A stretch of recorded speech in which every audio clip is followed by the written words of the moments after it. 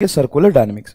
एक इंपॉर्टेंट बात मैं आपको बता दूं, मतलब मेजोरिटी बच्चे अभी भी मतलब संघर्ष कर रहे हैं। इट्स नॉट इजी कि रोज आप 3 लेक्चर अच्छे से देख ले, फिर पढ़ ले, फिर रिवीजन कर ले, टेस्ट की तैयारी कर ले, सब कुछ कर ले।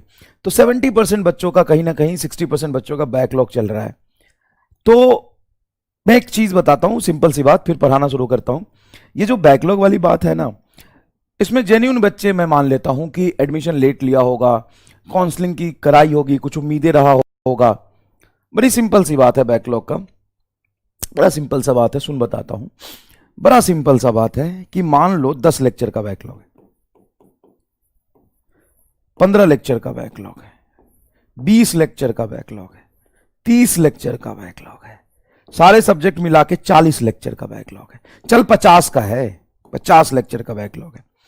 साइकोलॉजिकली समझना, तुम अपने आप को कमजोर मत समझो, चाहे तुम्हारा कितना भी बैकलॉग हो, और तुम अपने आप को सुपरमैन भी ना समझो कि मेरी इतनी बैकलॉग है और मैं 10 दिन में ना 30 बैकलॉग खत्म कर दूंगा। तुम क्या, तुम और तुम्हारे मास्टर्स मेरे से भी नहीं होगा। तुम क्या करो कि तुम रिकॉर्डेड ही जाओ। अगर तुम्हारा बैकलॉग है तो लाइव की कोई जरूरत नहीं है, अनलेस एंड अनटिल कि तुम्हें लग रहा है नहीं मैं रिकॉर्डेड लाइव ही समझ पाता हूं, तो वो केस अलग है। मेरी बात सुन लेना ढंग से, मैं सिर्फ 2 मिनट बात कर रहा हूं, सुन ले अच्छे से। अगर तुम्हारा 10, 15, 20, 30, 40, 50, 60, 70 जितने भी बैकलॉग है, ठीक है, तो ये बैकलॉग ऐसा नहीं कि इसमें परेशान हो जाने वाली बात है कि 10 बैकलॉग है कैसे होगा, 20, 40, 50 बैकलॉग है कैसे होगा। दूसरी बात, अपने आप को सुपरमैन भी नहीं समझना। तुम क्या, तुम्हारे मास्टर से भी बैकलॉग क्लियर नहीं होगा।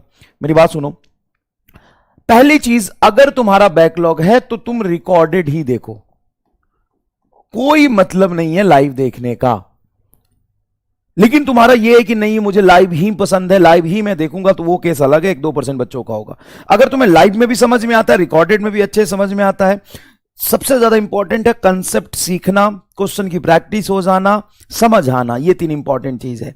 तुम्हें चीजें समझ आए, कंसेप्ट अच्छे से विजुअलाइज हो जाए, तुम सवाल कर पाओ, इससे बड़ी चीज कुछ नहीं है। लाइव रिकॉर्डेड से कोई फर्क नहीं पड़ता है। तो आप रिकॉर्डेड लेक्चर ही देखें, लाइव ना देखें। दूसरी बात, आप शेड्यूल को कुछ ऐसे बनाएं कि बैकलॉग 1 महीने में नहीं, 2 महीने में नहीं, 3 महीने में नहीं, पूरे आने वाले 5 या 6 महीने में बैकलॉग कवर करने का प्लान बनाएं।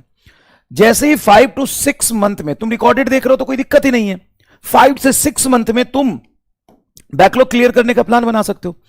अब 6 मंथ में अगर मैं 10 बैकलॉग को बांटू या 30 बैकलॉग को बांटू तो क्या फर्क पड़ता है? जिसका बैकलॉग है वो और जिसका बैकलॉग है नहीं है, उन दोनों को क्या लगभग सेम ही स्पीड से सेम ही बर्डन लेके पढ़ना है।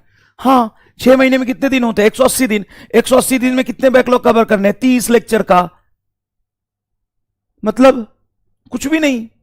अगर मैं 50-60 लेक्चर का बैकलॉग लेके चलूं, 60 लेक्चर का बैकलॉग है साहब, और मुझे कवर करने मान ले 120 दिन में, इसमें से संडे भी आएगा, कोई चीज होगी जिसमें क्लास अगर मान ले होता भी है तो थोड़ा रिलैक्स तो मिलेगा ना। 24 घंटे में 2 ही क्लास हुई ना भाई। तो 60 लेक्चर बहुत बड़ा बैकलॉग है, बहुत बड़ा बैकलॉग है।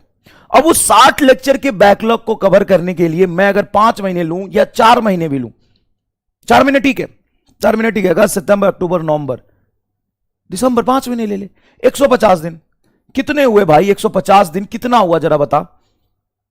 अगर तू आधा लेक्चर भी देख रहा है, आधा से भी कम लेक्चर देख रहा है, तो हो जाएंगे ना कवर। सर इससे तो एक प्रॉब्लम हो जाएगा। क्या सर? इससे तो बैकलॉग बहुत आसानी से क्लियर हो जाएगा। जितना बिना बैकलॉग वाला रफ्तार से पढ़ रहा है उतना ही मुझे स्पीड से पढ़ना होगा। कितना लेक्चर देखना है? आधा लेक्चर देखना है सर, ये तो हो जाएगा। लेकिन हम टेस्ट कैसे देंगे? रिवीजन की क्या भाई? टेस्ट तुम उसी स्पीड से दो ना जितना तुम्हारा कवर होता जा रहा है।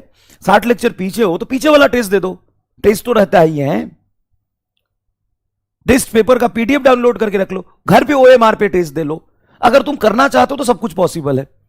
रैंक नहीं आया कोई बात नहीं, नवंबर के बाद रैंक आ जाएगा। लेकिन अगर तुम इस 40 बैकलॉग को या 50 बैकलॉग, 30 बैकलॉग को 1 महीने कर करने की कोशिश करोगे, सब रायता फैल जाएगा, सब रायता फैल जाएगा, कोई फायदा नहीं होगा। समझ गए? सारा रायता फैल जाएगा।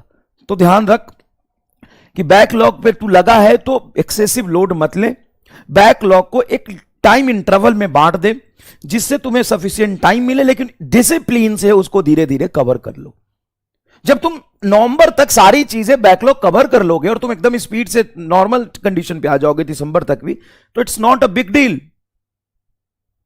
It's not a big deal. Tension नहीं लेना भाई, पढ़ना है। टेंशन लेने से आपकी इफिशिएंसी कम होती है और कोई फायदा नहीं होता। खुश रह के पढ़ोगे, इंजॉय करके पढ़ोगे। तुम मजबूरी में मत पढ़ो। सबसे पहली बात, पता है किनका बैकलॉग होता है और किनको पढ़ने में दिक्कत आती है और किनसे सवाल सॉल्व नहीं होता? जो मजबूरी में पढ़ रहा है। आज भी उन बच्चों की जनसंख्या कम नहीं जो मजबूरी में पढ़ रहे हैं। मजबूरी में मत पढ़ो, पेन लेके मत पढ़ो, फ्रस्ट्रेट होके मत पढ़ो, दुखी मन से मत पढ़ो। अगर ऐसे पढ़ोगे तो कभी भी सिलेक्शन नहीं होना, कभी भी समझ नहीं आएगा, साल भर परेशान रहोगे, दुखी रहोगे, लास्ट में रिजल्ट भी अच्छा नहीं आएगा, कोई फायदा नहीं है। अगर तुमने चूज कर लिया है कि मुझे ड्रॉप लेना है और मुझे डॉक्टर बनना ही है, तो पहले तो सोच ले, अभी भी समय है। 2-3 महीने में कोई दिक्कत नहीं होता। साल भर खराब करने से ज्यादा अच्छा है कि 3 महीने में तुमको अकल आ जाए और तू ये सोच ले कि सच में मुश्किल काम है यार, इस रास्ते पे नहीं चलना। समझ गया? नहीं तो अगर चल रहा है तो अच्छे से चल रहा है तो अच्छे से चलो और तुम कर सकते हो। दूसरी बात एक लोगों का, मेजोरिटी लोगों का जिनका कोई बैकलॉग नहीं है, उनकी एक अलग समस्या है। जिनकी कोई बैकलॉग नहीं है, उनकी एक अलग समस्या है। सर आप सिलेबस कब तक कराओगे? अगर सिलेबस आप मार्च तक कराओगे तो हम रिवीजन कैसे करेंगे? सबसे बड़ी समस्या है। सुन, आजकल ना मैं देख रहा हूं, हमने भी जितने बच्चे को पढ़ाए हैं, वो बच्चे सेलेक्ट होने के बाद सबको यूट्यूबर बनना है। अरे बनना कोई प्रॉब्लम नहीं है, लेकिन यूट्यूबर बनने की जल्दी इतनी काहे है? तुम भगवान नहीं बन गए हो, सेलेक्ट हो गए हो तो इस बार भाई, तुमने अगर 620 नंबर लाया है, कोई अगर 580 नंबर लाया है, तो उसको गाइड करने की कैपेबिलिटी अभी आप में नहीं हुई है। हो सकता है कई लोग इस बात से बुरा मानेंगे, लेकिन बात समझिए, उतना ही गाइड करिए, उतना ही बोलिए जितना जस्टिफाइड है। मेंटरशिप करने के चक्कर में ना, यूट्यूब पे व्यूज लाने के चक्कर में ना, कुछ भी बकवास मत करिए। पता नहीं, बनना है बनना भाई। मैं आपके पैशन को और उस चीजों को मतलब डिमोटिवेट नहीं कर रहा। मैं बस ये कह रहा हूं कि अगर आपने 640 नंबर लाए हैं और कोई 550 नंबर लाया है या 570 580 नंबर लाया है, तो आप में और उसमें बहुत ज्यादा डिफरेंस नहीं है। वो मेहनत करके कर लेगा, आप उसको ज्ञान मत दीजिए ज्यादा। हाँ, आपको यूट्यूबर बनना है, आपका पैशन है, तो थोड़ा सा आराम से रिसर्च करिए और हर एक शब्द बोलने से पहले 1000 बार सोचिए कि वो लाखों बच्चा बैठा है जो आपकी वर्ड से वो मिसगाइड हो सकता है, उस वर्ड से डिमोटिवेट हो सकता है।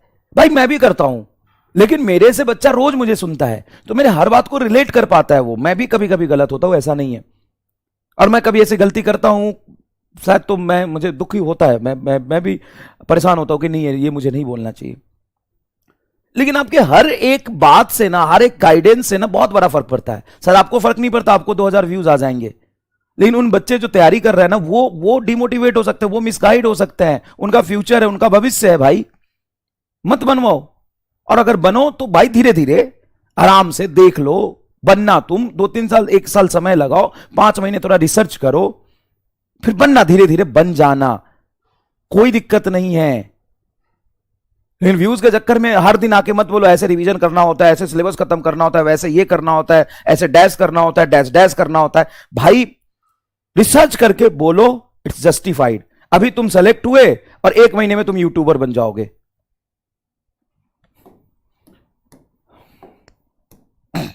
चलो सुनो ध्यान से, देखो बेटा, सबसे पहली बात, सिलेबस कब कंप्लीट होगा ये बहुत इंपॉर्टेंट बात है। अगर आप मार्च के स्टार्टिंग में सिलेबस कंप्लीट करते भी हैं, 5-10 मार्च तक सिलेबस कंप्लीट करते भी है, तो it's not a big deal. The reason behind it कि आपको पूरा 11th पूरा 12th पढ़ना है, मतलब 30-30 चैप्टर पर सब्जेक्ट पढ़ना है। तो इसका यह मतलब नहीं है कि मैं दिसंबर में ही सिलेबस खत्म कर दूं, 6 महीने में कंप्लीट 11th कंप्लीट 12th का सिलेबस भगा भगा के पढ़ा दूं। सिलेबस कंप्लीट करना is not issue. Syllabus complete उम्मीद में भी होता है, सिलेबस कंप्लीट महा रिवीजन में होता है। 12 घंटे में मैं सिलेबस कंप्लीट करा सकता हूं, एक टॉपिक नहीं छूटेगा। सब कुछ रिवीजन नहीं है मेरे भाई, सब कुछ रिवीजन नहीं है, सब कुछ टेस्ट नहीं है। सर मार्च तक सिलेबस खत्म होगा तो हम तैयारी कैसे करेंगे? तो सिलेबस खत्म तो तेरा अभी भी है, तो 11th 12th पढ़ चुका है ना, सिलेबस तो तेरा खत्म है, रिवीजन ही तो कर रहा है और क्या कर रहा है? सोच, थोड़ा सा सोच, घबरा मत, मेरी बात समझ। जब जब तू 11th 12th कर चुका है तो हम यहां कर क्या रहे हैं? रिवीजन। और क्या कर रहे हैं? नहीं सर हमारा तो बेसिक कमजोर था, हम तो पढ़ रहे हैं। हाँ तो पढ़ रहा है ना, तो समय लगेगा, पूरा 11th पूरा 12th करने में ना समय लगेगा। और रिवीजन करना उतना ही ज्यादा इजी होगा जितने अच्छे तरीके से आपने कंसेप्ट पढ़ा होगा। मैं कई बकलोल को देखता हूं, मैंने 12 बार रिवीजन किया, मैंने 8 बार रिवीजन किया, मैंने 6 बार रिवीजन किया। अब एक गधा, तुमको 6 बार रिवीजन करने की जरूरत क्यों पड़ी? क्योंकि तुमने पहली बार में ढंग से पढ़ा नहीं। आजकल फैशन हो गया है रिवीजन रिवीजन रिवीजन। पहले हमें कंसेप्ट सीखना पड़ेगा, पहले हमें ढंग से चीजों को समझना पड़ेगा, पहले हमें एक लिमिट के ऊपर जाके क्वेश्चन प्रैक्टिस करनी पड़ेगी, पहले हमें हर चैप्टर में समय देना पड़ेगा। जब हम चीजों को अच्छे से पढ़ेंगे नहीं, अच्छे से प्रैक्टिस नहीं करेंगे, अच्छे से समय देके कंसेप्ट को नहीं सीखेंगे, तो रिवीजन का डैश करेंगे। 6 बार रिवीजन किया, अरे तू एक बार में ढंग से कर लेता ना तो चौथी बार करने की जरूरत नहीं पड़ती, तू तो 6 बार कर चुका है, 2 बार में सब कुछ हो जाता। Revision is not everything. पहले कंसेप्ट को पढ़ो, रिवीजन जरूरी है, लेकिन सिर्फ रिवीजन जरूरी नहीं है। अगर तुम ढंग से देखोगे तो तुम 11th 12th पढ़ चुके, तुम रिवीजन ही कर रहे हो, तो तुम्हारा रिवीजन है ये, तुम्हारा क्या है? ये रिवीजन चल रहा है। तो सबसे रिवीजन से पहले एक स्टेप जरूरी है जिसको बार बार आप भूल जाते हो, बार बार भूल जाते हो, वो है कंसेप्ट को अच्छे से समझना। और 30 चैप्टर पूरा 11th पूरा 12th के कंसेप्ट को अच्छे से समझना, पढ़ना, प्रैक्टिस करने में समय नहीं लगेगा क्या?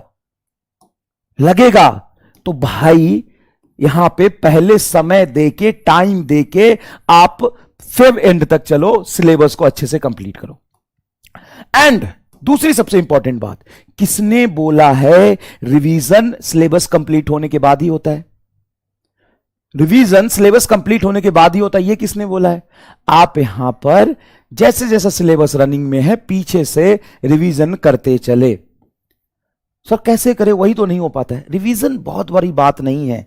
आप किसी भी चैप्टर का जो शॉर्ट नोट्स बनाए हैं वो फॉर्मूले आप एक पेज पे लिख लीजिए, सबको सजा के अच्छे से एक पेज पे लिख लीजिए।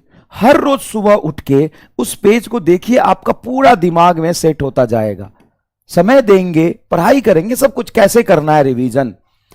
भाई नोट्स बनाया है, नोट्स में सब कुछ रिवाइज नहीं करना है। मल्टीपल टाइम्स जो आपने फॉर्मूला लिखा है, कंसेप्ट लिखा है, उसको क्लास से पहले डेली उठ के पढ़ना है। दीवार पे चिपका दो, घर में कुछ तो जगह होगा, उस घर के दीवार पर चिपका दो कि ये यूनिट एंड डायमेंशन के सारे इंपॉर्टेंट कंसेप्ट और फॉर्मूले हैं, ये लॉज ऑफ मोशन के हैं, ये तुम्हारे मोशन इन 1D के, ये बेसिक मैथ के चिपका दो, ये केमिस्ट्री के, बायोलॉजी के है। सुबह उठो 5 बजे, 5 बजे उठ के दीवार के सामने खड़े हो जाओ, ओके ये यूनिट एंड डायमेंशन ये देख लिया, फिर उसको नीचे रफ पेज पे लिख भी लिया। मेहनत करो, मेहनत ही सब कुछ है। लाइब्रेरी में पढ़ते हो तो घर तो होगा कहीं, घर में चिपका दो, घर में चिपका दो, और रोज सुबह खड़े हो जाओ, देखो ये फॉर्मूला पे नीट में यूनिट एंड डायमेंशन में ये 2016 में ये सवाल आया था, 15 में ये सवाल आया था, 16 में ये सवाल आया था, इस सवाल का कंसेप्ट ये है, ऐसे होता है। मेहनत करोगे ना, टाइम दोगे ना, तो एवरीथिंग इज पॉसिबल। वैसे 20 दिन में कुछ आ रहा है, उसका इंतजार करो, वो तुम्हारी थोड़ी मदद करेगा, ठीक है भाई, परेशान मत हो। अच्छा, इससे भी एक प्रो लेवल के बच्चे होते हैं, प्रो लेवल के बच्चे, सर हमको तो नवंबर में ही करना है। तो भाई तेरी वजह से बाकी लोगों का नुकसान मैं नहीं कर सकता, तेरी वजह से बाकी लोगों का नुकसान नहीं कर सकता। जो पहली बार पढ़ रहे हैं, पहले कभी कोचिंग नहीं करी, पहले अच्छे से नहीं सिलेबस कंप्लीट किया है, उसका नुकसान मैं तेरी वजह से दिसंबर में सिलेबस करके नहीं कर सकता। अगर तुम्हारे पास इस सिलेबस के पेस के अकॉर्डिंग सब कुछ सही चल रहा है, फिर भी समय बच रहा है, फिर भी तो पढ़ लो एक दो चैप्टर आगे के कहीं से, पिछले साल के लेक्चर से उम्मीद से कर लो, तुम तो एडवांटेज में चले जाओगे ज्यादा प्रो हो तो। नहीं तो चुपचाप जितना पढ़ा रहे हो उतना पढ़ो। अरे ऐसी चीज आ रहा है जिसके आने के बाद ना माहौल में गर्मी थोड़ी बढ़ जाएगी, अफरा तफरी मच जाएगा, हाहाकार मच जाएगा, ऐसा कुछ आने वाला है। तो जैसे ही आएगा ना माहौल में गर्मी थोड़ी बढ़ जाएगी। चलो अब शुरू करते भाई।